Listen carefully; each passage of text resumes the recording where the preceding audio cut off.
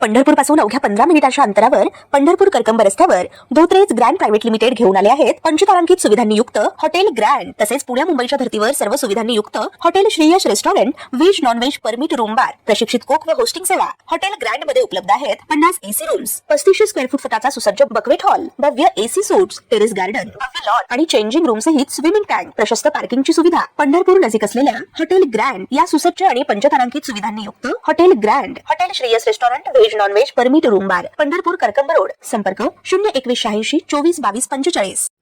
प्रस्तावित शक्तीपीठ महामार्ग हा केवळ वाहतुकीसाठीचा रस्ता नसून तो महाराष्ट्राच्या सामाजिक आणि आर्थिक परिवर्तनाचा कणा ठरणार आहे, असा ठाम विश्वास मुख्यमंत्री देवेंद्र फडणवीस यांनी व्यक्त केला आहे।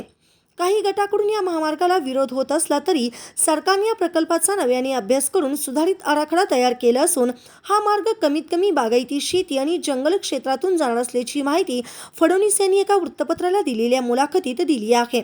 मुख्यमंत्री फडणवीस म्हणाले की शक्तीपीठ महामार्गाच्या संकल्पनेपासूनच हा प्रकल्प विकासाभिमुख आहे, हे आम्ही स्पष्ट करत आलो आहोत। सुरुवातीच्या टप्प्यात काही शेतकऱ्यांमध्ये गैरसमज होते, त्यामुळे विरोध झाला, मात्र ज्यांना प्रकल्पाचे दूरगामी फायदे लक्षात आले होते ते आमच्या सोबत होते।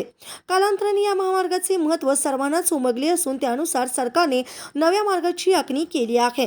हा नवीन मार्ग कोणाच्या विरोधामुळे बदललेला नसून ग्रीनफील्ड महामार्गाच्या संकल्पनेनुसार नव्या परिसराचा विकास व्हावा हा त्यामागचा मुख्य उद्देश असल्याचे फडणवीस यांनी स्पष्ट केले। रत्नागिरी नागपूर राष्ट्रीय महामार्ग आणि शक्तीपीठ महामार्ग हे दोन्ही मार्ग समांतर असल्यामुळे वाहतुकीवर ताण येण्याची शक्यता होती।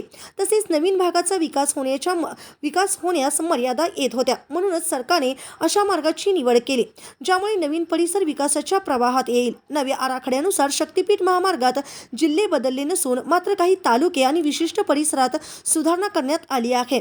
या मार्गाची आखणी करताना कमीत कमी बागायती शेती, कमीत कमी जंगल क्षेत्र आणि पर्यावरणावर होणारा परिणाम लक्षात घेण्यात आला असून या सुधारित प्लॅननुसारच शक्तीपीठ महामार्ग उभारण्यात येणार असून यात पुढे कोणतेही बदल होणार नाही, अशी ग्वाही मुख्यमंत्री यांनी दिली। कोल्हापूर शहराच्या हद्दवाढीबाबतही मुख्यमंत्री फडणवीस यांनी स्पष्ट भूमिका मांडली। कोल्हापूरकरांनी यावर निर्णय घ्यावा, मात्र हद्दवाढ होणे अत्यावश्यक असल्याचे त्यांनी ठामपणे सांगितले।